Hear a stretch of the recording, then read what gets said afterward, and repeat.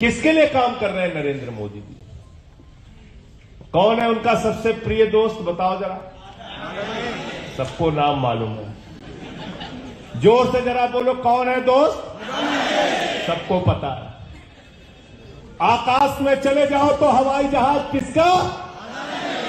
जमीन पे आ जाओ तो एयरपोर्ट किसका? समुद्र में चले जाओ तो सीपोर्ट किसका? पाताल में चले जाओ तो कोयला किसका? गैस किसका? सड़क किसकी? रेल किसका? तेल किसका? आकाश से लेके पाताल तक नरेंद्र मोदी जी ने सब कुछ अडानी को दे दिया। मोदी जी इंडिया के प्रधानमंत्री नहीं है, अडानी के प्रधानमंत्री है। अडानी, अरे हमारा तो धंधा हिंदू मुसलमान के नाम पे चल रहा था। ये केजरीवाल ने स्कूल, अस्पताल, बिजली, पानी, ये क्या मुसीबत हमारे लिए शुरू कर दी। अब हम कैसे राजनीति करेंगे? 27 साल में देश के प्रधानमंत्री नरेंद्र मोदी गुजरात के अंदर एक स्कूल नहीं बना पाए जहां पे वो अपनी फोटो खिंचवा सके। ये बेईमान लोग कभी आपके बच्चों को अच्छी शिक्षा नहीं दे सकते, याद रखें। ये आपको लूट सकते हैं, भ्रष्टाचार कर सकते हैं।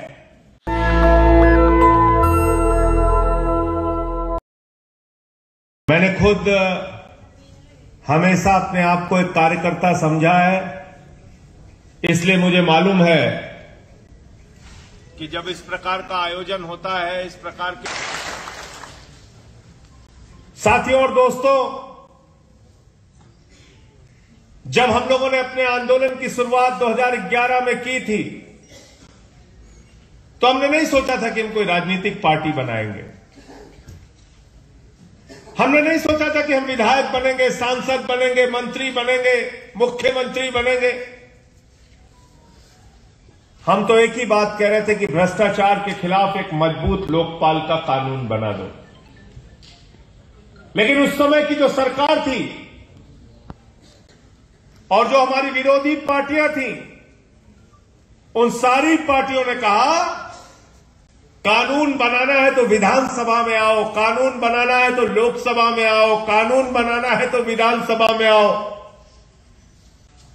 और अपने विरोधियों की उस चुनौती को स्वीकार करने का काम अरविंद केजरीवाल और आम आदमी पार्टी के कार्यकर्ताओं ने किया। और दिल्ली से इसकी शुरुआत हुई। 2013 का जब हम चुनाव लड़ रहे थे, लोग हमारे ऊपर हंसते थे, मजाक उड़ाते थे, अरे ये टोपी वाले,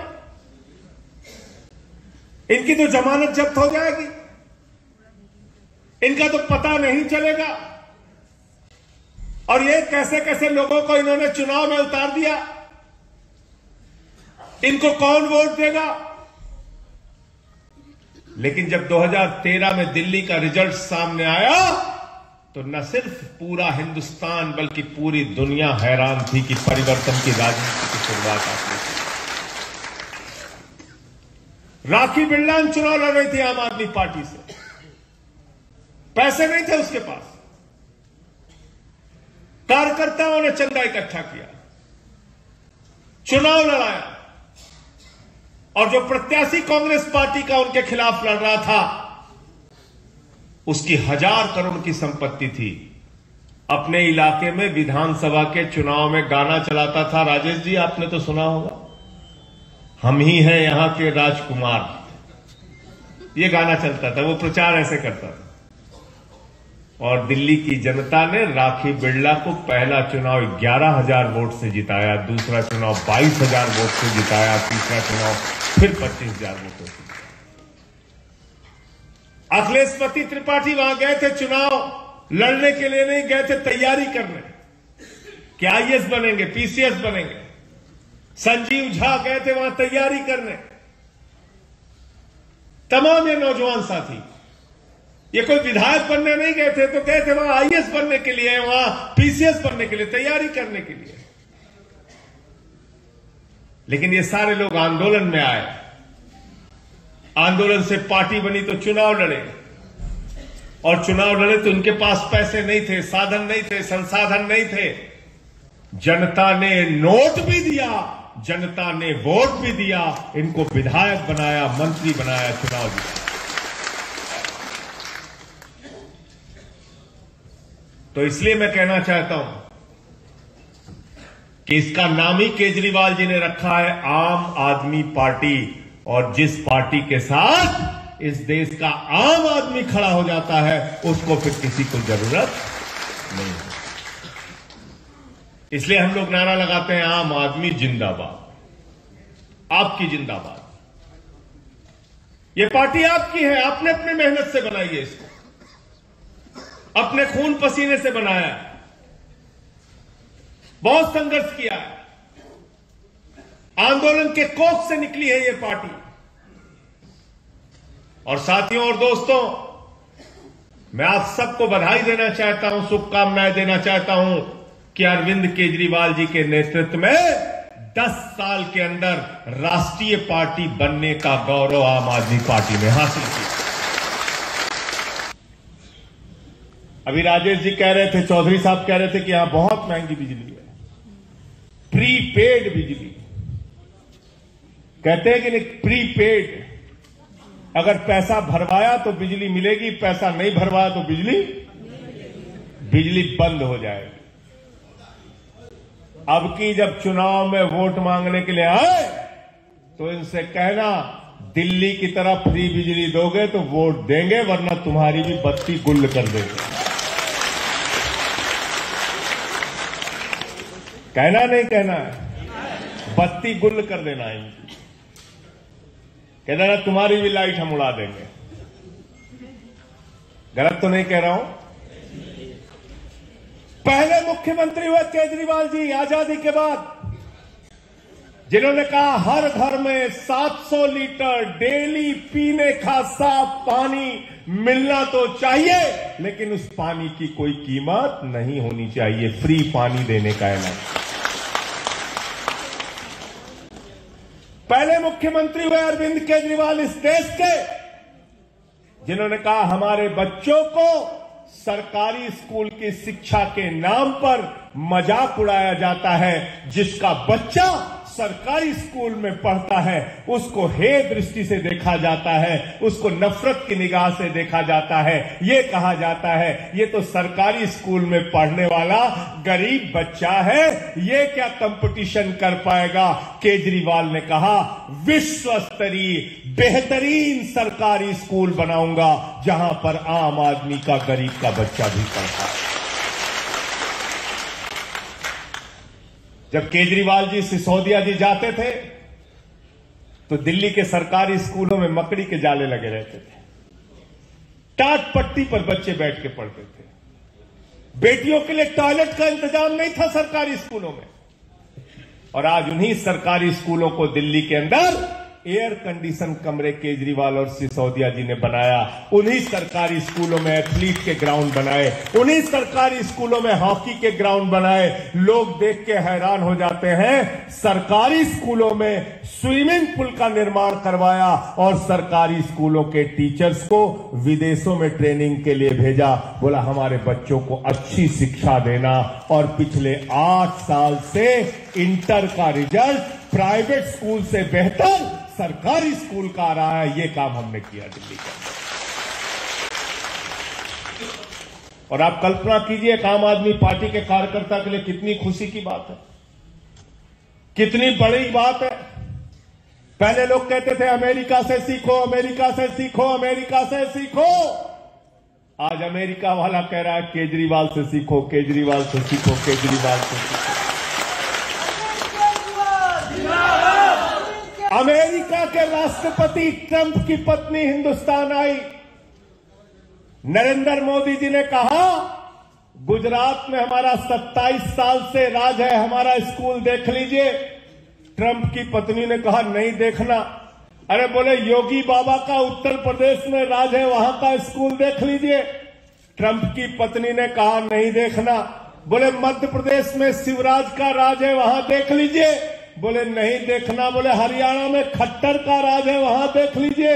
बोले नहीं देखना। बोले आसाम में हेमंत शर्मा का राज है, वहां देख लीजिए। बोले नहीं देखना। तो बोले देखना क्या है? तो उसने कहा हमें केजरीवाल और सिसोदिया का सरकारी स्कूल देखना।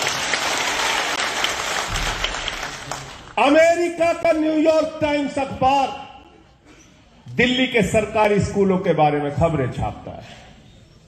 आज बीजेपी इसलिए उससे परेशान है, आज बीजेपी इसलिए केजरीवाल से नफरत करती है कि उन्होंने इतना अच्छा सरकारी स्कूल कैसे बना दिया, इतने अच्छे अस्पताल कैसे बना दिए, इतने अच्छे मोहल्ला क्लिनिक कैसे बना दिए।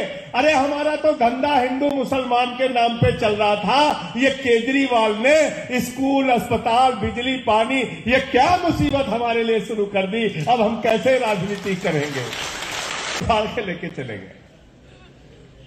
जरा सोचिए, आप दिमाग लगाइए। 27 साल में देश के प्रधानमंत्री नरेंद्र मोदी गुजरात के अंदर एक स्कूल नहीं बना पाए जहां पे वो अपनी फोटो खिंचवा सके। ये बेईमान लोग कभी आपके बच्चों को अच्छी शिक्षा नहीं दे सकते, याद रखें। ये आपको लूट सकते हैं, भ्रष्टाचार कर सकते हैं, लेकिन कभी भी आपके बच्चों की पढ़ाई के लिए, शिक्षा के लिए काम नहीं कर सकते। दंगे करा सकते हैं, फसाद करा सकते हैं, झगड़े करा सकते हैं, नफरत फैला सकते हैं। दिल्ली के केजरीवाल जी ने बिजली फ्री किया, पानी फ्री किया, शिक्षा फ्री किया, मोहल्ला क्लिनिक का मॉडल बनाया। 200 तरह की जांच वहां पे फ्री होती है, अल्ट्रासाउंड फ्री होता है, दवाएं मुफ्त में मिलती है मोहल्ला क्लिनिक में। दिल्ली के बुजुर्गों के लिए तीर्थ यात्रा की योजना लागू की। दिल्ली के अंदर इस तकलीफ को आजादी के 75 साल के बाद अगर किसी ने समझा तो केजरीवाल ने समझा कि एक गरीब बाप जब अपनी बेटी को कॉलेज भेजता है और उसकी बेटी कहती है रास्ते का किराया दो, कॉलेज जाने के लिए 50 रुपए लगेंगे, अगर 3 बेटियां हैं तो 150 रुपए जब एक पिता को अपनी जेब से निकालकर दिल्ली में देना पड़ता था तो उसकी आंख से आंसू आ जाते थे। सुबह उठता था तो अपनी जेब देखता था, अपनी बेटियों का चेहरा देखता था। इस तकलीफ को केजरीवाल जी ने समझा और कहा पूरे दिल्ली में माताओं, बहनों और बेटियों के लिए बस की यात्रा पूरी तरीके से शुरू। और इतना सारा काम करने के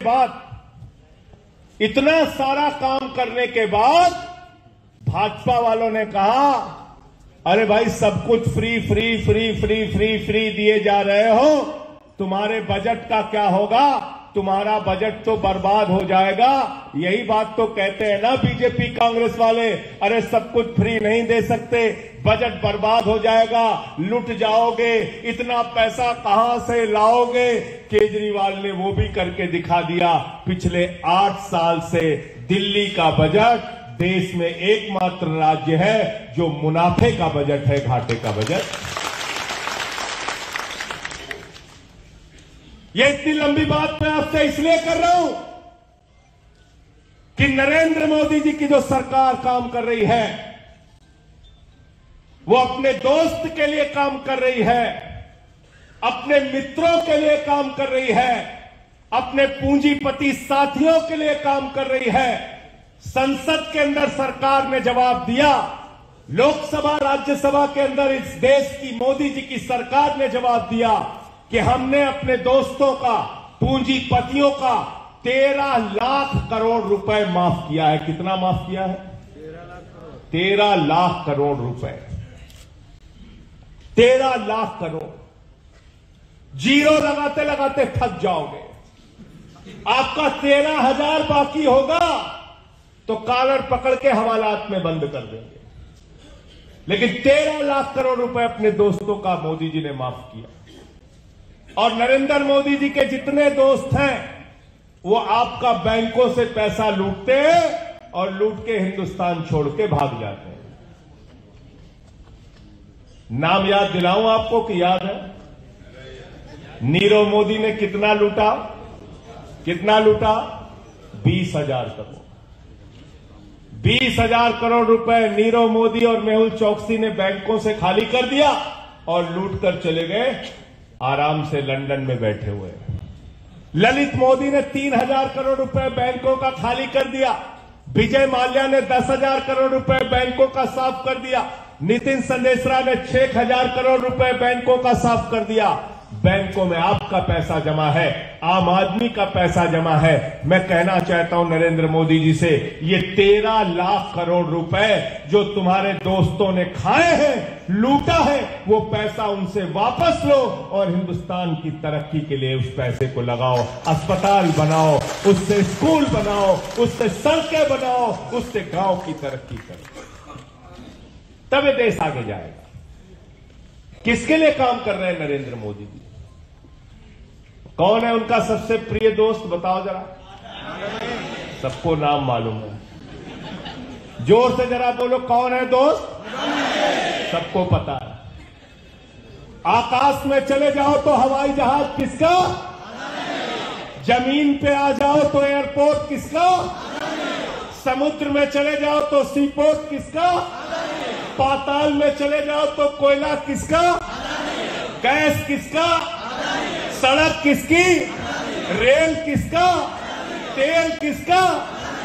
आकाश से लेके पाताल तक नरेंद्र मोदी जी ने सब कुछ अडानी को दे दिया। मोदी जी इंडिया के प्रधानमंत्री नहीं है, अडानी के प्रधानमंत्री है।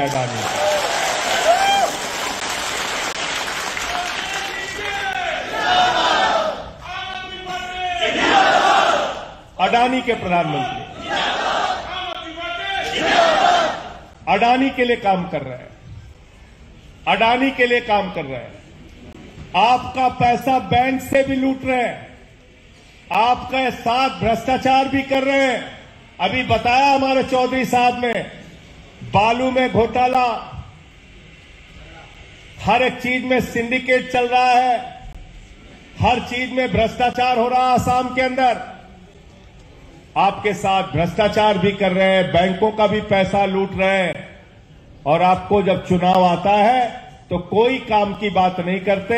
आम आदमी पार्टी वाले आप लोग तो जाते हो, आप कहते हो हम स्कूल बनाएंगे, अस्पताल बनाएंगे, आप कहते हो हम आपकी सड़कें बनाएंगे, आप कहते हो हम आपके लिए मोहल्ला क्लिनिक बनाएंगे, आप कहते हो हम आपको फ्री इलाज कराएंगे, आप कहते हो हम आसाम को आगे लेकर जाएंगे, आप कहते हो हम इस देश की तरक्की करेंगे। और भाजपा वाले आते हैं, वो कहते हैं हम नफरत फैलाएंगे, दंगा कराएंगे। गलत तो नहीं कह रहा हूं? गलत तो नहीं कह रहा हूं? आप काम की बात करते हो और वो झगड़े की बात करते हैं। तो बताइए, आपके काम की राजनीति होनी चाहिए या झगड़ा फसाद की राजनीति होनी चाहिए? काम की राजनीति, तभी तो आसाम आगे जाएगा, तभी तो यह देश आगे जाएगा, तभी तो भारत माता की जय होगी। नरेंद्र मोदी जी कहते हैं भारत माता की जय, हम भारत की रेलवे बेचेंगे। कहते नहीं कहते? भाजपाई चिल्ला कहते हैं भारत माता की जय, हम कोल इंडिया बेचेंगे। भारत माता की जय, हम steel authority of India limited SAIL बेचेंगे। भारत माता की जय, हम तेल बेचेंगे। और केजरीवाल जी कहते हैं भारत माता की जय, हम आपके बच्चों के लिए अच्छा स्कूल बनवाएंगे, अस्पताल बनवाएंगे। भारत माता की संपत्तियों को बेचकर भारत माता की जय नहीं लगाई जाती, भारत माता की संपत्तियों को बढ़ाकर भारत माता की जय लगाई जाती है। गलत तो नहीं कह रहा हूं? देश बेचने वाले लोग वो भारत माता की जय लगाते हैं, बेईमानी करते हैं। तो राम मंदिर में भी इन लोगों ने चंदा खाया, मैंने उसका भी खुलासा किया था। 2 करोड़ की जमीन 5 मिनट में 18.5 करोड़ में भाजपाइयों ने खरीदी। मैंने पूरा कागज पकड़ा इनका, मैंने कहा ये क्या कर रहे हो? मैंने गाना गाया, मैंने कहा देखो ऐ दीवानो ऐसा काम ना करो और राम का नाम बदनाम ना करो। तो भाजपाइयों ने कहा संजय सिंह जी राम राम जपना, पराया माल अपना।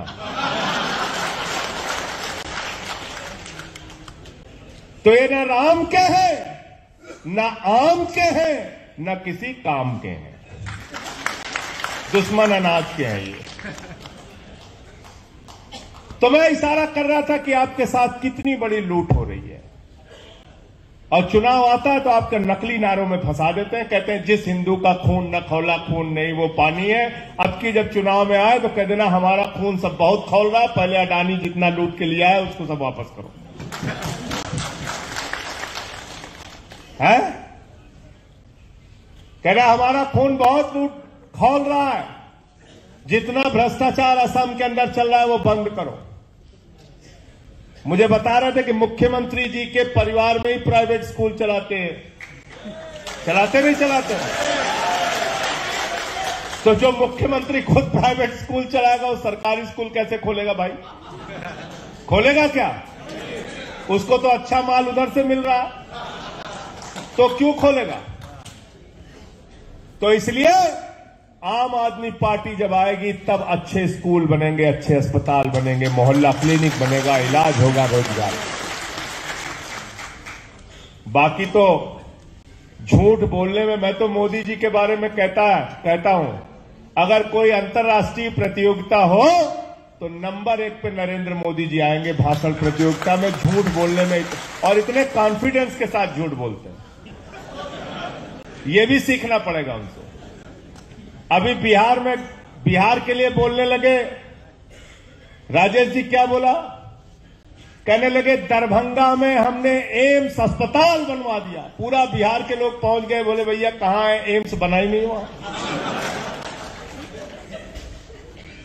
अभी गए भोपाल में मोदी जी ने कहा रानी दुर्गावती के नाम से एक स्टेशन भोपाल में बना है, उस स्टेशन की चर्चा पूरी दुनिया में हो रही है। भोपाल वाले खोजने लगे, स्टेशन बना ही नहीं, स्टेशन ही नहीं बना। ऐसी ऐसी बातें हमारे प्रधानमंत्री जी करते हैं। एक चुनाव रैली में गए, कहने लगे जब सिकंदर बिहार में आया था तो बिहारियों ने मार के भगाया था, पता चला सिकंदर कभी बिहार गया ही नहीं। कभी कहते हैं नाली के गैस से चाय बना लो, कभी कहते हैं कि मैंने आर्मी वालों से कहा, मैंने वायुसेना के लोगों से कहा रडार में नहीं आएगा, मौसम खराब है। बताओ आप, ये देश के प्रधानमंत्री है, मजाक उड़ाते हैं देश का। तो प्रधानमंत्री जी इतने कॉन्फिडेंस के साथ झूठ बोलते हैं, ये बड़ी अजीब बात है कि कहते हैं आपसे 2 करोड़ नौकरी हर साल देंगे, आज तक नहीं मिली। कहते हैं काला धन लेके आएंगे, इतना काला धन लाएंगे, हवाई जहाज पे लाद के लाएंगे, बैलगाड़ी पे लाद के लाएंगे, ट्रैक्टर पे लाद के लाएंगे। कहा था नहीं कहा था? कहा था इतना काला धन लाएंगे भाइयों और बहनों कि हर खाते में कितना जमा हो जाएगा? कितना? सबको याद है, कोई भूला नहीं है। लालू जी बहुत नाराज हो रहे थे। लालू जी ने कहा हमारे 7 गो बेटा बेटी, हम पति पत्नी, सबसे ज्यादा पैसा हमारा आने वाला था, एक भी पैसा नहीं आया, एक भी पैसा नहीं आया। ऐसा मूर्ख बनाया देश को, ऐसा मूर्ख। किसानों से बोले फसल का दाम 2 गुना करेंगे, फिर बोले 15 अगस्त 2022 तक सबको पक्का मकान दे देंगे। हर वादा झूठा निकला। तो नरेंद्र मोदी जी वादा करते हैं और वादा तोड़ देते हैं। वादा झूठा होता है क्योंकि वादा तो टूट जाता है, लेकिन केजरीवाल गारंटी देते हैं और गारंटी पूरी करके दिखाते हैं।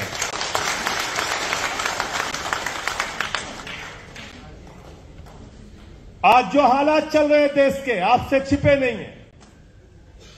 बस इस बातों को जो मैंने अभी आपके सामने बोला है, मौका लगे तो फिर से सुनिएगा इसको, और इन बातों को याद करके गांव गांव में जाइए, पार्टी का संगठन बनाइए और लोगों को जोड़िए पार्टी के साथ और कहिए कि जिस सरकार ने हमको एक नहीं हर वादे पे धोखा दिया है, झूठ बोला है, उस पार्टी को हम लोग इस बार 2024 के अंदर हराने का काम करेंगे, इंडिया को जिताने का काम करेंगे। हमने इंडिया गठबंधन बना दिया, उससे नाराज हो गए, कहते हैं हम इंडिया का नाम ही बदल देंगे। बताओ आप, कल को भारत के नाम से गठबंधन बन जाएगा, कहेंगे हम भारत का नाम बदल देंगे। कल को हिंदुस्तान के नाम से कोई गठबंधन बन जाएगा, कहेंगे हम हिंदुस्तान का नाम बदल देंगे। ये कौन सी सनक है भाई?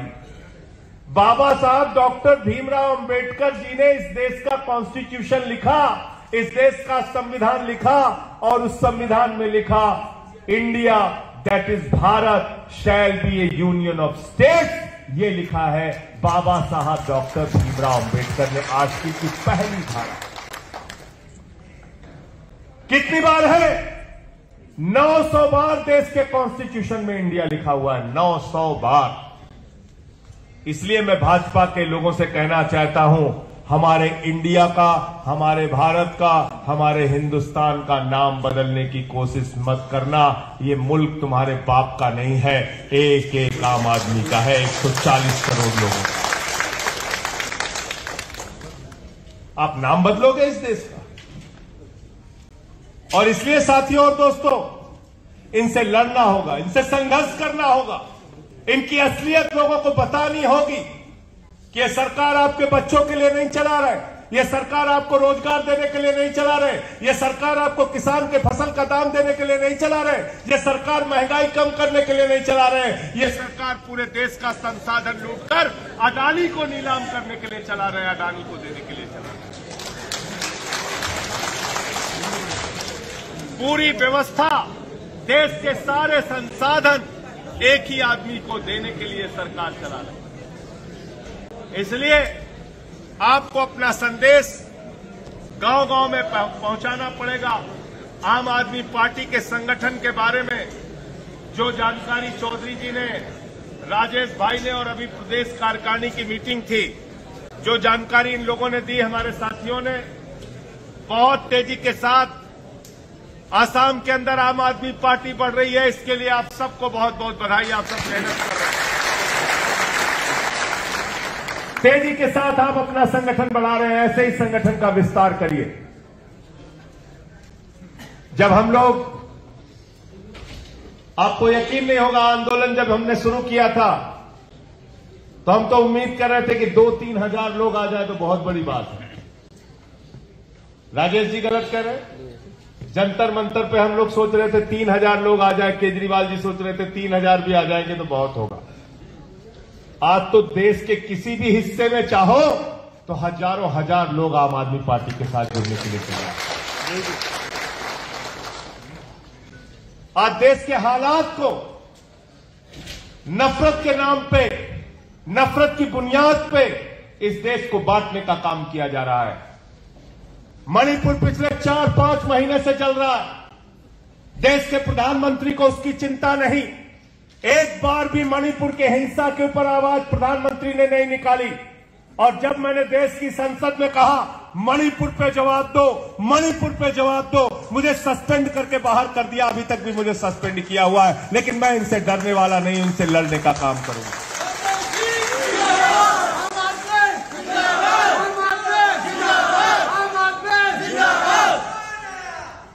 मणिपुर पे सवाल पूछूंगा तो सस्पेंड करके बाहर कर दोगे? मैंने क्या गलत पूछा? मैंने क्या गलत कहा? अगर महिलाओं के साथ गैंगरेप की घटनाएं हो रही हैं, अगर वहां धार्मिक स्थल तोड़े और जलाए जा रहे हैं, अगर लोगों के घर जलाए जा रहे हैं, हत्याएं हो रही हैं, तो आम आदमी पार्टी का एक एक कार्यकर्ता देश के प्रधानमंत्री से सवाल पूछेगा। हम सब सवाल पूछेंगे। हमको आप सस्पेंड करके हमारी आवाज को दबा नहीं सकते। दिल्ली से लगा हुआ नू का इलाका है, मेवात का इलाका, वहां झगड़े करा दिए, वहां दंगे फसाद करा दिए। अरे हमारे बच्चों के लिए काम करो, स्कूल अस्पताल बनाओ, देश की तरक्की करो, सड़कें बनाओ। बेईमानी करते हो। दिल्ली के अंदर एक सड़क बनाई इन्होंने द्वारका एक्सप्रेस वे के नाम से। आपको मालूम है कितने में वो सड़क बनी? 18 करोड़ रुपए में वो सड़क सैंक्शन हुई थी।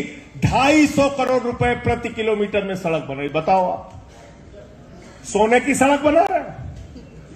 250 करोड़ रुपए प्रति किलोमीटर, पर किलोमीटर में 250 करोड़ की सड़क। इतनी बड़ी बेईमानी कर रहे हैं लोग। तो इसलिए 2024 में एनडीए वालों का बोरिया बिस्तर बांध के इनको वापस भेजना है। भेजना चाहते हो कि नहीं भेजना चाहते हो? जिताना किसको है? इंडिया को जिताना है। और एनडीए बोले साहब इंडिया की बैठक के बाद एनडीए वालों ने बहुत बड़ी मीटिंग कर ली। मैंने कहा कितनी बड़ी कर ली? बोले उनके आपके 26 आए, उनके 38 आए। तो मैंने कहा उनके तो 26 ऐसे थे जिनके एक भी विधायक और सांसद ही नहीं थे। तो हमसे पूछे कौन कौन से दल आए? मैंने कहा एनडीए में जो गठबंधन में जो पार्टी आई, जो दल आए, उनका नाम था हम, तुम, क्यों, कहां, कैसे, लेकिन, वेकिन, मेकिन, कामा, फुल स्टॉप, सबको बुला लिया।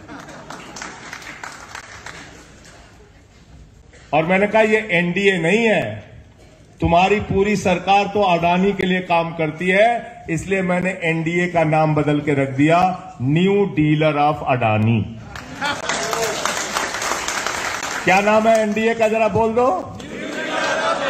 New dealer of Adani. ये अडानी के नए डीलर तैयार हुए हैं। इनसे सावधान रहना और अपना एक एक चीज का आपको हिसाब मांगना है, मेहनत करनी है। और मैं एक बात आपसे कहना चाहता हूं, मैं अपने साथियों से भी कह रहा था, जो देश में नफरत फैलाने वाले लोग हैं, उनकी संस्था 1925 में बनी थी आरएसएस। 97 साल हो गए उनको। 75 में तो उन्होंने अपनी पार्टी जनसंघ बंद करके शामिल हो गए थे जनता पार्टी में। 80 में फिर पार्टी बनाई, 84 में उनकी 2 सीट आई थी।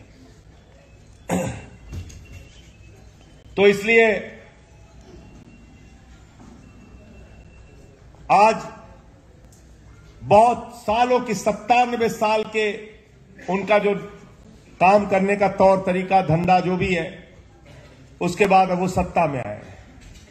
हमने तो 10 साल में केजरीवाल जी के नेतृत्व में आम आदमी पार्टी को राष्ट्रीय पार्टी बना दिया। मैं तो आपके एक ही बात कहना चाहता हूं, मेहनत से, निष्ठा से, धैर्य से काम करते रहोगे। दिल्ली के अंदर आपकी भी एक दिन सरकार होगी और जो नीतियां आप दिल्ली और पंजाब में देख रहे हो, ये पूरे देश में हम लोग लागू कर पाएंगे। एक एक चीज को हम लोग लागू कर पाएंगे। आज सबका हमारे एक साथी का जिक्र करके मैं अपनी बात को खत्म करूंगा। अभी बातचीत हो रही थी तो ये हुआ कि भाई बहुत आंदोलनों में पकड़ते हैं, गिरफ्तार करते हैं हम लोगों को। अपने जो साथी स्पोक्स पर्सन है, क्या नाम उनका? सुशांत ने करप्शन का मामला उठाया, 26 दिन उस नौजवान को जेल में रखा। फिर अभी उठा के 4-5 दिन के लिए अभी फिर जेल में रखा। मैं इस मंच के माध्यम से हेमंत विश्व शर्मा की सरकार को यह कहना चाहता हूं, आम आदमी पार्टी के कार्यकर्ताओं को जेल, लाठी और मुकदमे से डराने की कोशिश मत करना। एकदम कोशिश मत करना। और अगर आपको जानकारी हासिल करनी है तो दिल्ली में मोदी जी से और उत्तर प्रदेश में योगी जी से पूछ लेना। 23 एफआईआर मेरे ऊपर किया था, एक दिन में 9 एफआईआर किया। इससे हम लोग डरते नहीं। आम आदमी पार्टी की फौज है, ये और बढ़ेगी, इसका कारवा और बढ़ेगा। हृदय की गहराइयों से आप सबको आज के इस कार्यक्रम की सफलता के लिए बहुत बहुत बधाई। 2024 में एनडीए की विदाई करनी है, इंडिया को लाना है, इंडिया को जिताना है। जुड़ेगा भारत, जीतेगा इंडिया। चिंता। नेशनल दस्तक की आपसे गुजारिश है कि अगर इसको बचाना चाहते हैं तो नेशनल दस्तक को सब्सक्राइब करने के लिए रेड कलर के सब्सक्राइब बटन को दबाएं, फिर बेल आइकन की घंटी दबाएं। नेशनल दस्तक को बचाने के लिए बहुत जरूरी है कि हर खबर को शेयर करें, लाइक करें, कमेंट जरूर करें।